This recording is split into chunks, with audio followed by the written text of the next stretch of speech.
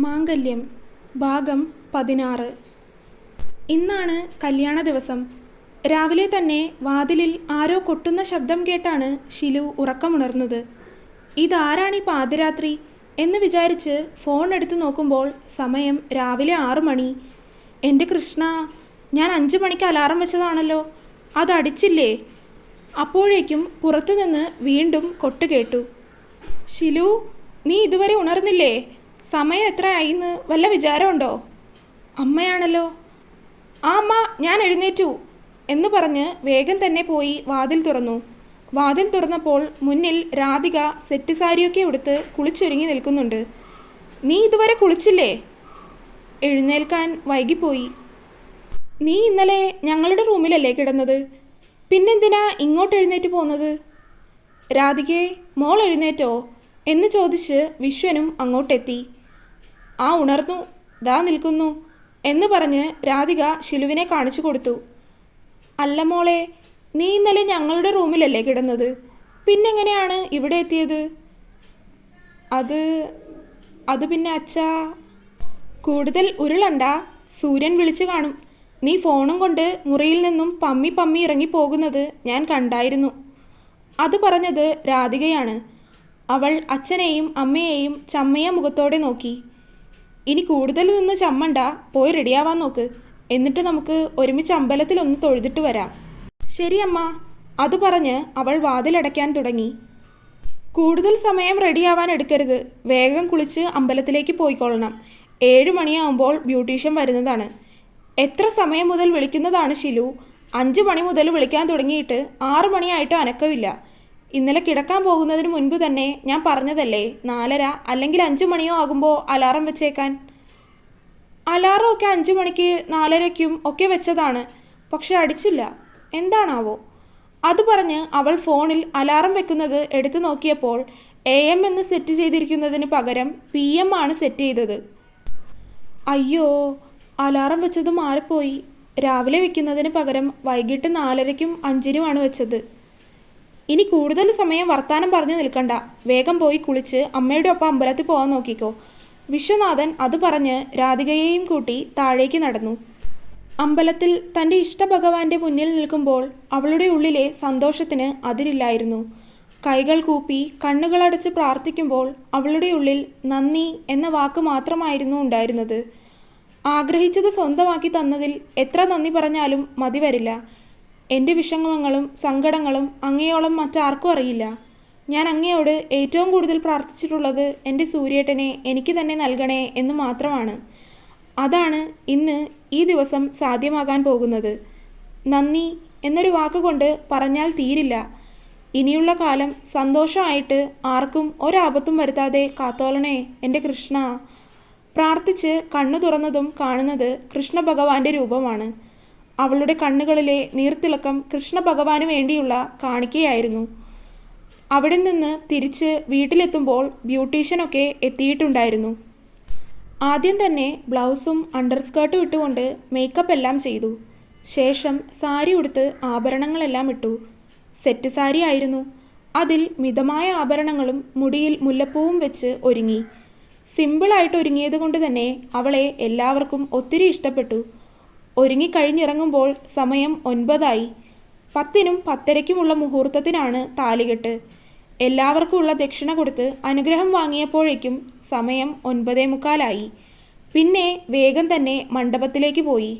സൂര്യൻ നേരത്തെ തന്നെ അവിടെ എത്തിയിരുന്നു. ക്രീം കളർ ഷർട്ടും മുണ്ടുമാണ് അവൻ്റെ വേഷം. മണ്ഡപത്തിൽ അവളെ കാത്ത് അക്ഷമനായി ഇരിക്കുകയാണവൻ. താലപ്പൊലിയുടെ അകമ്പടിയോടെ അവൾ മണ്ഡപത്തിലേക്ക് നടന്നു വന്നു. അവൻ്റെ കണ്ണുകൾ അവളിൽ മാത്രം കുടുങ്ങിക്കിടന്നു. സെറ്റ് സാരിയിൽ മിതമായ ആഭരണം അണിഞ്ഞു വരുന്ന അവളെ കാണെ അവൻ കണ്ണെടുക്കാതെ അവളെ തന്നെ നോക്കിയിരുന്നു പോയി. അവൻ്റെ അടുത്തായി അവൾ വന്നിരുന്നു. അവൻ്റെ കണ്ണുകളിലെ തെളിച്ചം തന്നെ അവളെ ആ വേഷത്തിൽ അവൻ ഒത്തിരി ഇഷ്ടമായി എന്നത് വിളിച്ചോതി. അഗ്നിസാക്ഷിയായി സൂര്യൻ അവൻ്റെ പ്രണയത്തെ സ്വന്തമാക്കി. 3 വർഷം ഇണപിരിയാനാവാത്ത വിധത്തിൽ പ്രണയിച്ച് ഒടുക്കം സൂര്യൻ അവൻ്റെ പ്രണയത്തെ തൻ്റെ പ്രാണൻ്റെ പാതിയാക്കി. കാമുകി എന്നതിൽ നിന്ന് ഭാര്യയിലേക്കുള്ള പ്രൊമോഷൻ എന്നും പറയാം. താലി ചാർത്തുമ്പോൾ ഷിലുവിൻ്റെ കണ്ണുകൾ അച്ഛനിലേക്ക് ഒന്ന് നീണ്ടു. അയാളുടെ കണ്ണിൽ സന്തോഷത്തിൻ്റെ നീർത്തിളക്കം. അത് കണ്ടതും അവളുടെ കണ്ണുകളും ഒന്ന് ഈറനായി. ചുണ്ടിൽ നേരിയ പുഞ്ചിരി വിരിഞ്ഞു. അവൾ അതേ ചിരിയോടെ സൂര്യനെ നോക്കി. അവൻ്റെ ചുണ്ടിലും താൻ എന്തോ നേടിയെടുത്തു എന്നുള്ള ആത്മവിശ്വാസം. ഷിലുവിൻ്റെ കണ്ണുകളും ഈറനായി. താലി ചാർത്തി അവളുടെ നെറുകയിൽ അവനൊന്ന് ചുംബിച്ചു. സിന്ദൂരം ചാർത്തിയപ്പോൾ അവളുടെ കണ്ണുകൾ ഏതോ നിർവൃതിയിൽ എന്ന പോലെ അടഞ്ഞുപോയി. ചടങ്ങെല്ലാം കഴിഞ്ഞ് ഓഡിറ്റോറിയത്തിൽ സദ്യ ഏർപ്പാടാക്കിയിരുന്നു. 22 തരം കറികളും 3 തരം പായസവും എല്ലാം ചേർത്ത് ഉഗ്രൻ സദ്യയാണ് ഒരുക്കിയിരുന്നത്. ഓഡിറ്റോറിയത്തിൽ ചെന്ന് അല്പസമയത്തിന് ശേഷം ഇരുവരും വേഷം മാറി. ഷിലു സെക്കൻഡ് സാരി ഉടുത്തു. അവളുടെ വേഷത്തിനൊത്ത വിധം സൂര്യനും ഡ്രസ്സ് ചെയ്തു. കരിമ്പച്ച കളറിലുള്ള പട്ടുസാരി ആയിരുന്നു അവളുടെ വേഷം. സൂര്യൻ ഗോൾഡൻ കളർ ജുബ്ബയും മുണ്ടുമായിരുന്നു. പിന്നീട് ഫോട്ടോ എടുക്കലായിരുന്നു. ബന്ധുക്കളും ഇരുവരുടെയും സുഹൃത്തുക്കളും എല്ലാവരും വന്ന് ഫോട്ടോ എടുത്തു. ആദ്യമൊക്കെ വലിയ കുഴപ്പം തോന്നിയില്ല എങ്കിലും കുറച്ചു നേരം അങ്ങനെ തന്നെ ഫോട്ടോ എടുത്തുകൊണ്ടിരുന്നു കഴിഞ്ഞപ്പോൾ ഇരുവർക്കും മടുത്തു തുടങ്ങി. 1 മണിയായപ്പോൾ ഇരുവരും ഭക്ഷണം കഴിക്കാൻ സ്റ്റേജിൽ നിന്നിറങ്ങി. അതുവരെ ഫോട്ടോ എടുക്കൽ തന്നെയായിരുന്നു. അപ്പോതാ ഭക്ഷണം കഴിക്കുന്നതും ഫോട്ടോ എടുക്കാനായി അവർ വന്നിരിക്കുന്നു. ചേച്ചി, ചേട്ടന് വാരിക്കൊടുക്ക്, ഒരു ഫോട്ടോഗ്രാഫർ പറഞ്ഞതും ഷിലു അവനെ അത് വേണോ എന്ന രീതിയിൽ നോക്കി. ഇതൊക്കെ പഴയ ഏർപ്പാടല്ലേ മോനെ? അങ്ങനെയൊന്നുമില്ല, അങ്ങോട്ട് കൊടുക്ക്, എന്തിനാ ഇത്ര നാണം? ഫോട്ടോഗ്രാഫർ അങ്ങനെ പറഞ്ഞതും അവിടെ ഒരു കൂട്ടച്ചിരി ഉയർന്നു. സൂര്യനാണെങ്കിൽ ഒന്നും ഒരു വിഷയമല്ല എന്ന മട്ടാണ്. ഷിലു കൊടുത്ത ചോറ് അവൻ കഴിച്ചു. ഇനി ചേട്ടൻ ചേച്ചിക്ക് കൊടുക്ക്. അത് പറഞ്ഞതും സൂര്യൻ കേൾക്കാൻ കാത്തിരുന്നത് പോലെ അവൾക്ക് നേരെ ചോറുരുള നീട്ടി. അവളും അത് സന്തോഷത്തോടെ തന്നെ വാങ്ങിക്കഴിച്ചു. ഭക്ഷണമൊക്കെ കഴിച്ചു കഴിഞ്ഞിട്ടും ഫോട്ടോഷൂട്ട് തന്നെയായിരുന്നു. പക്ഷേ ഇത്ര നേരം ഫോട്ടോഷൂട്ട് അകത്തായിരുന്നു. പക്ഷേ ഇപ്പോൾ ഓഡിറ്റോറിയത്തിൻ്റെ പുറത്താണ്. ഓഡിറ്റോറിയത്തിലെ പരിപാടിയൊക്കെ കഴിഞ്ഞ് 3 മണിയായപ്പോഴാണ് ഗൃഹപ്രവേശത്തിൻ്റെ സമയം പറഞ്ഞിരിക്കുന്നത്. ഓഡിറ്റോറിയം അടുത്തായതുകൊണ്ട് തന്നെ 2:45 ഇറങ്ങിയത്. സൂര്യൻ്റെ വീട്ടിലേക്ക് വരലക്ഷ്മി നൽകിയ വിളക്കുമായി കടന്നു ചെല്ലുമ്പോൾ അവളുടെ ഉള്ളിൽ സന്തോഷം മാത്രമായിരുന്നു. സൂര്യനും ഒത്തിരി സന്തോഷം തന്നെയായിരുന്നു. ഗൃഹപ്രവേശമായിട്ടും ഓഡിറ്റോറിയത്തിൽ തിരക്ക് കഴിഞ്ഞിരുന്നില്ല. അവിടുത്തെ പരിപാടിയെല്ലാം കഴിഞ്ഞപ്പോൾ 4 മണിയായിട്ടുണ്ടായിരുന്നു. ഇനി 7 മണിക്കാണ് റിസപ്ഷൻ വച്ചിരിക്കുന്നത്. ഷിലുവും സൂര്യനും അവർക്കായിട്ടിരിക്കുന്ന 2 കസേരയിലായി ഇരിക്കുകയാണ്. ഷിലു ആകെ തളർന്നു. സാരി ഉടുത്ത് അധികം സമയം നിന്നത് മാത്രമല്ല, ഫോട്ടോഗ്രാഫേഴ്സ് പറയുന്നതനുസരിച്ച് ഫോട്ടോ എടുത്തും ഒക്കെ അവൾ ആകെ വശം കെട്ടു. സൂര്യന് അവളുടെ മുഖം കണ്ടപ്പോൾ തന്നെ പാവം തോന്നി. ആകെ ക്ഷീണിച്ചിരിക്കുന്നു. അപ്പോഴേക്കും വരലക്ഷ്മി അവർക്കുള്ള പാലും പഴവുമൊക്കെയായി വന്നു. ശേഷം അതിരുവരെയും കഴിപ്പിച്ചു. അവർ പോകാനൊരുങ്ങിയതും സൂര്യൻ അവരെ വിളിച്ചു. അമ്മ. എന്താടാ? അതമ്മ, ആകെ ടയേർഡായി, കുറച്ചു നേരം ഒന്ന് റെസ്റ്റ് എടുക്കാൻ. തുമ്പിയും ആകെ ടയേർഡായിരിക്കുകയാണ്. എങ്കിലൊരു പണി ചെയ്, നീ പോയി ഫ്രഷായി വാ. ഷിലുമോള് എൻ്റെ മുറിയിൽ പോയി ഈ വേഷമൊക്കെ ഒന്ന് മാറി ഉടുക്കാനുള്ള ഡ്രസ്സ് ഞാൻ കൊണ്ടുവന്ന് തരാം. ആ, എങ്കിൽ തുമ്പി അമ്മയുടെ റൂമിലേക്ക് പൊയ്ക്കോ എന്ന് പറഞ്ഞ് അവൻ മുകളിലേക്കുള്ള സ്റ്റെപ്പ് കയറി. മോളെങ്കിലും അങ്ങോട്ട് ചെല്ല്, ഡ്രസ്സൊക്കെ ഇരിക്കുന്നത് അച്ചുവിൻ്റെ മുറിയിലാണ്, ഞാൻ പോയി എടുത്തിട്ട് വരാം. അത് പറഞ്ഞ് അവരും സൂര്യൻ്റെ പുറകെ മുകളിലേക്ക് കയറി. ഷിലു അകത്തേക്ക് പോകാൻ തുടങ്ങുമ്പോഴേക്കും ഓരോരുത്തരും വന്ന് സംസാരിക്കാനും വിശേഷം പറയാനും ഒക്കെ തുടങ്ങി. അവളാണെങ്കിൽ ക്ഷീണമാണെങ്കിലും എല്ലാവരോടും ചിരിയോടെ തന്നെ മറുപടി പറയുന്നുണ്ട്. നീ ഈ വേഷമൊന്നും മാറിയില്ലേ? അപ്പോഴേക്കും കിച്ചു രംഗത്തെത്തി. ഞാൻ ദാ മാറാൻ പോകുമായിരുന്നു, അപ്പോൾ ഇവരെ കണ്ടപ്പോൾ സംസാരിച്ചു നിന്നു. പക്ഷേ അവൾ ആകെ ക്ഷീണിച്ചു നിൽക്കുകയാണ് എന്നവളുടെ മുഖഭാവം കണ്ടപ്പോൾ തന്നെ കിച്ചുവിന് മനസ്സിലായി. നീ വേഗം പോയി ഡ്രസ്സ് മാറാൻ നോക്ക്, എന്നിട്ട് കുറച്ചു നേരം റെസ്റ്റ് എടുക്ക്, അല്ലെങ്കിൽ റിസപ്ഷൻ നിൽക്കാൻ പറ്റില്ല, വല്ലയിടത്തും തല ചുറ്റി വീഴും. അവൻ അങ്ങനെ പറഞ്ഞതും എല്ലാവരും അവളോട് പോയി ഡ്രസ്സ് മാറി റെസ്റ്റ് എടുക്കാൻ പറഞ്ഞു പോയി ഡ്രസ്സ് മാറടി തവളക്കണ്ണി. ആരും കേൾക്കാതെ അവൻ പതിഞ്ഞ സ്വരത്തിൽ പറഞ്ഞു. ഓ ശരി മോനെ ശിവശങ്കര എന്ന് പറഞ്ഞ് അവൾ മുറിയിലേക്ക് ഓടിക്കയറി. മുറിയിലേക്ക് കയറി വാതിലടച്ച് അവൾ കണ്ണാടിയുടെ മുന്നിൽ വന്നു നിന്നു. നെറ്റിയിൽ നീണ്ടു പരന്നു കിടക്കുന്ന സിന്ദൂര ചുവപ്പും കഴുത്തിലെ മഞ്ഞച്ചരടിൽ കോർത്ത താലിയും അവൾ മതിവരാതെ നോക്കി. അവൾ ആ താലി കയ്യിലെടുത്ത് അതിലൊന്ന് അമർത്തി ചുംബിച്ചു. ശേഷം കണ്ണാടിയിലേക്ക് നോക്കി. എല്ലാം കൂടി കണ്ടപ്പോൾ അവൾക്ക് ഇതൊക്കെ എവിടെ നിന്ന് അഴിച്ചു തുടങ്ങണം എന്നറിയാൻ വയ്യായിരുന്നു. അവൾ ആദ്യം കഴുത്തിലെ വലിയ നെക്ലസ് ഊരി മാറ്റി. അപ്പോഴേക്കും വാതിലിൽ കൊട്ടുകേട്ടു. അപ്പച്ചിയാവും. അകത്തേക്ക് പോരപ്പച്ചി, വാതിൽ ചാരിയിട്ടിട്ടേ ഉള്ളൂ. അത് പറഞ്ഞ് അവൾ അടുത്ത നെക്ലേസ് അഴിക്കാൻ തുടങ്ങി. എന്നാൽ വാതിൽ കുറ്റിയിടുന്ന ശബ്ദം കേട്ടതും അവൾ തിരിഞ്ഞു നോക്കി. സൂര്യേട്ടൻ എന്താ ഇവിടെ എന്ന് ചോദിക്കുന്നതിന് മുൻപ് തന്നെ അവൻ അവളെ വന്ന് വട്ടം ചുറ്റിപ്പിടിച്ചു. ഞാൻ എൻ്റെ ഭാര്യയെ കാണാൻ വന്നതാണ്. ഇപ്പോഴോ? ഇത്ര നേരം എന്നെ തന്നെയല്ലേ കണ്ടത്? ഒറ്റയ്ക്ക് കണ്ടില്ലല്ലോ. അങ്ങനെ ഇപ്പോൾ ഒറ്റയ്ക്ക് കാണണ്ട. സൂര്യേട്ടൻ മാറിയേ, അപ്പച്ചി ഇപ്പോൾ ഇങ്ങോട്ട് വരും. അത് പറഞ്ഞ് അവൾ അവൻ്റെ കയ്യിൽ നിന്നും ഒന്ന് കുതറി. പക്ഷേ അതൊന്നും അവനെ അനക്കി കൂടിയില്ല. അമ്മ ഇപ്പോൾ ഇങ്ങോട്ട് വരില്ല, അവിടെ തിരക്കാണ്. അപ്പോൾ എന്നോട് പറഞ്ഞു നിനക്കിതാ ഈ ഡ്രസ്സ് കൊണ്ടുവന്ന് തരാൻ. അത് പറഞ്ഞ് അവൻ കട്ടിലിലിരിക്കുന്ന ഡ്രസ്സിലേക്ക് ചൂണ്ടി. അവൾ അവനെ കൂർപ്പിച്ചു നോക്കി. എങ്കിൽ സൂര്യേട്ടൻ പുറത്ത് നിൽക്ക്, ഞാൻ ഡ്രസ്സ് മാറട്ടെ. എന്തിന്? ഞാനിവിടെ ഇരുന്നോളാം, നീ ഡ്രസ്സ് മാറിക്കോ. അത് പറഞ്ഞ് അവൻ അവളെ വിട്ടുമാറി കട്ടിലിലേക്കിരുന്നു. അവൻ അവളെ ഒന്ന് കൂർപ്പിച്ചു നോക്കി. എങ്കിൽ ഞാൻ വേറെ മുറിയിൽ പോയി ഡ്രസ്സ് മാറും. ഞാൻ വിട്ടാലല്ലേ? അത് പറഞ്ഞ് അവൻ അവളെ നോക്കി കളിയാക്കി ചിരിച്ചു. നീ ഈ മാലയും തലയിലെ കെട്ടുമൊക്കെ ഒന്ന് അഴിക്കാദ്യം. അത് പറഞ്ഞതും അവൾ അവനെ നോക്കി മുഖം ചുളിച്ചു. എനിക്ക് ഒറ്റയ്ക്ക് പറ്റുന്നില്ല സൂര്യേട്ടാ. വാ, ഞാൻ ഹെൽപ്പ് ചെയ്യാം. അത് പറഞ്ഞ് അവൻ എഴുന്നേറ്റു. ആദ്യം ഈ അരപ്പട്ട അഴിച്ചു മാറ്റാം. അത് പറഞ്ഞ് അവൻ പുറകിൽ നിന്ന് അരപ്പട്ട അഴിച്ചു കൊടുത്തു. ശേഷം മുടിയിലെ ക്ലിപ്പൊക്കെ എടുത്തു മാറ്റി മുല്ലപ്പൂ എല്ലാം അഴിച്ചെടുത്തു. ഇടുപ്പ് വരെയുള്ള മുടി അഴിച്ച് അതവൾ ഒരു ബണ്ണായി കെട്ടിവെച്ചു. ശേഷം മാലയും കമ്മലും വളയും ഒക്കെ സൂര്യനും അവളും ചേർന്ന് അഴിച്ചു. ഈ ആഭരണങ്ങളൊക്കെ അലമാരയിൽ വെക്കാം. അത് പറഞ്ഞ് അവൻ അതെല്ലാം എടുത്ത് അലമാരയിൽ വെച്ചു. ഇനി ഡ്രസ്സ് മാറിക്കോ. അവൻ കട്ടിലിലേക്കിരുന്നു കൊണ്ട് അവളെ നോക്കി പറഞ്ഞു. സൂര്യേട്ടൻ ഇനി പൊക്കോ, ഇനി ഞാൻ ചെയ്തോളാം. വേണ്ട, ഞാൻ സഹായിക്കാം. അത് പറഞ്ഞ് അവൻ അവളുടെ കയ്യിൽ പിടിച്ച് ഒന്ന് വലിച്ച് അവളെ അവൻ്റെ മടിയിലേക്കിരുത്തി. പോവാൻ നോക്കൂ സൂര്യേട്ടാ, പുറത്ത് അവരൊക്കെ എന്ത് കരുതും? അവരൊന്നും ഒന്നും കരുതില്ല.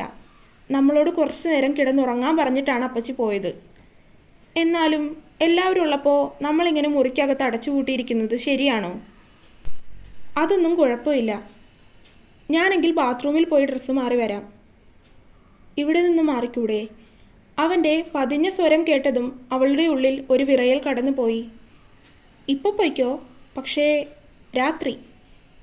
രാത്രിയിലെ കാര്യം ഞാൻ പറയുന്നില്ല. സൂര്യേട്ടാ, വിക്കരുതെന്ന് പറഞ്ഞിട്ടില്ലേ? അത് പറഞ്ഞ് അവൻ അവളുടെ ചുണ്ടിനെ ഒന്നാകെ നുണഞ്ഞു. പെട്ടെന്നായതുകൊണ്ട് അവളൊന്ന് മൂളി. അവൻ്റെ ചുണ്ടുകൾ അവളുടേതിനെ നുണഞ്ഞുകൊണ്ടിരുന്നു. അവളും അവനെ തിരികെ ചുംബിച്ചു. അവൻ്റെ കൈകൾ അവളുടെ ഇടുപ്പിലമർന്നു. അവളുടെ കൈകൾ അവൻ്റെ കവിളിലായി ചലിച്ചുകൊണ്ടിരുന്നു. ശ്വാസം തടസ്സമായപ്പോൾ ഇരുവരും വിട്ടുകൊടുത്തു. സൂര്യൻ അവളുടെ നെറ്റിമേൽ നെറ്റിമുട്ടിച്ചു നിന്നു. ഫസ്റ്റ് കിസ് തുമ്പി. അവൻ അങ്ങനെ പറഞ്ഞതും അവൾ അവനെ സംശയഭാവത്തിൽ നോക്കി. എൻ്റെ ഭാര്യയ്ക്ക് ഞാൻ നൽകിയ ആദ്യ ചുംബനം. അത് പറഞ്ഞ് അവൻ അവളുടെ ചുണ്ടിൽ വീണ്ടും ചുംബിച്ചു മാറി. അവൾ അവൻ്റെ തോളിലേക്ക് മുഖം അമർത്തി വെച്ചു. അധികം സമയം കളയണ്ട, ഡ്രസ്സ് മാറിക്കോ, ഞാൻ ഇറങ്ങുവാണ്. പോകുവാണോ? ആ, ഓഡിറ്റോറിയം വരെ ഒന്ന് പോകണം. റിസപ്ഷനുള്ള കാര്യങ്ങളൊക്കെ നോക്കാനുണ്ട്. അവൾ അവൻ്റെ മടിയിൽ നിന്ന് എഴുന്നേറ്റു. കുറച്ചു നേരം കിടന്നുറങ്ങിക്കോ എന്ന് പറഞ്ഞ് അവൻ അവളുടെ നെറ്റിയിലൊന്ന് ചുണ്ടമർത്തി വാതിൽ തുറന്ന് പുറത്തേക്ക് പോയി. അവൻ പോകുന്നത് നോക്കി നിന്ന അവളുടെ ചുണ്ടിൽ അവനായി ഒരു പുഞ്ചിരി വിരിഞ്ഞു. വാതിലടച്ച് കുറ്റിയിട്ട് ഡ്രസ്സൊക്കെ മാറി കുളിച്ചു. ഒരു സിമ്പിൾ കോട്ടൺ ചുരിദാറായിരുന്നു കൊണ്ടുവന്ന് വച്ചിരുന്നത്. അതിട്ട ശേഷം വാതിലിൻ്റെ ലോക്ക് മാറ്റി വെറുതെ അടച്ചു. എന്നിട്ട് കട്ടിലിലേക്ക് വന്ന് കിടന്നു. കിടന്നത് മാത്രമേ ഓർമ്മയുള്ളൂ. പെട്ടെന്ന് തന്നെ ക്ഷീണം കാരണം ഉറങ്ങിപ്പോയി. വൈകിട്ട് 5 മണിയൊക്കെ ആയപ്പോഴേക്കും ആണ് രാധിക വന്ന് അവളെ ഉറക്കത്തിൽ നിന്ന് ഉണർത്തിയത്. ശിലു. അവർ അവളെ ഒന്ന് തട്ടി വിളിച്ചു. അവളൊന്ന് മൂളിക്കൊണ്ട് തിരിഞ്ഞു കിടന്നു. ശിലു, എഴുന്നേൽക്ക്, ബ്യൂട്ടീഷ്യൻ വരാൻ സമയമായി. അവർ വീണ്ടും വിളിച്ചതും അവൾ എഴുന്നേറ്റിരുന്നു. അവൾക്ക് ഉറക്കം മതി വരാത്തതുപോലെ വീണ്ടും ഉറക്കം തൂങ്ങിയിരുന്നു. പോയി കുളിച്ചിട്ട് വാ ശിലു, താമസിക്കണ്ട. സമയം എത്രയായി?